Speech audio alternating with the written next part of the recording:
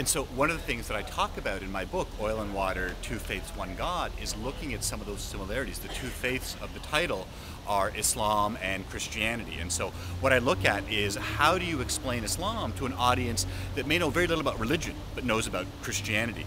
To say the similarities, the fact that the God that's worshipped by Muslims is the same God, the fact that the prophet mentioned most by name in the Quran is not Muhammad, but it's Moses, the fact that Jesus has an important place in the Quran, that Jesus for Muslims is born of Mary, who's a virgin.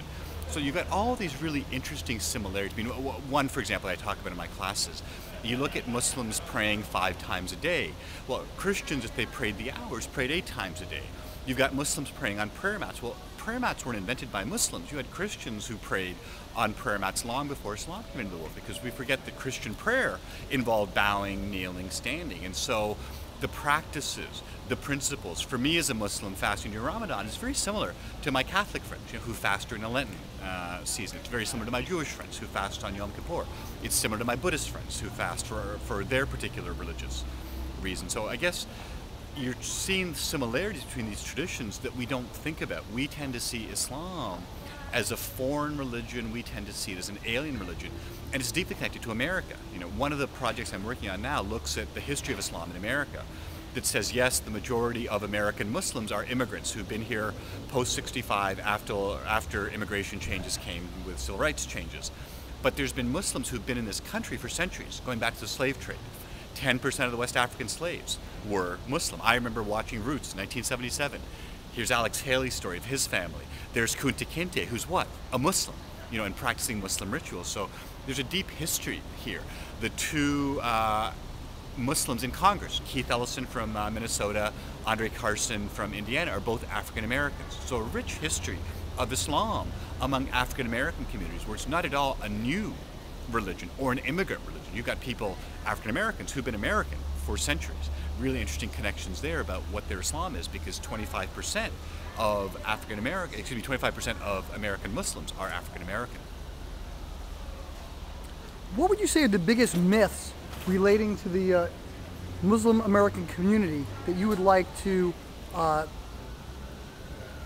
deconstruct? Yeah, I think in terms of the myths, the number one is that Muslims haven't denounced terrorism. You hear that all the time, particularly post 9/11.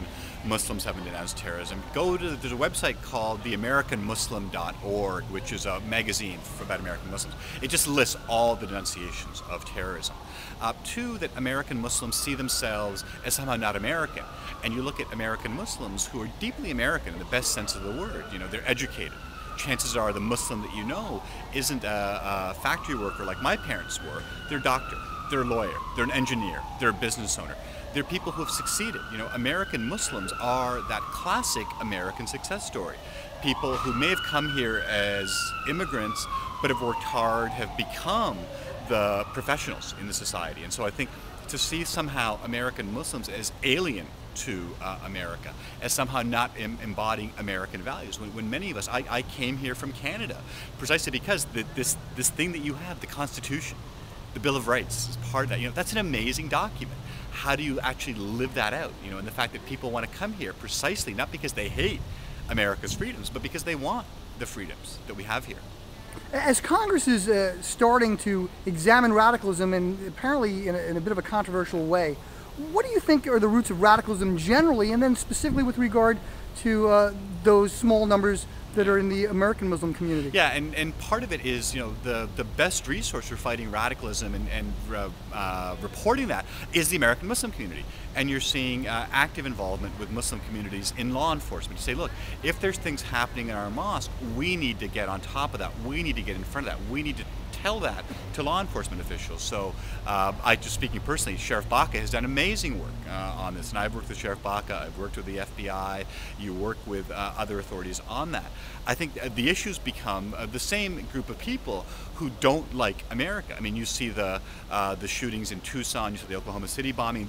These weren't Muslims. These are people who had the same pathology about America, the same sort of paranoid fantasies, and wanted to deal with that. So I think that radicalization certainly is there in the American Muslim community, as it is there in every other American community, and it's up to us to address it, to deal with those factors.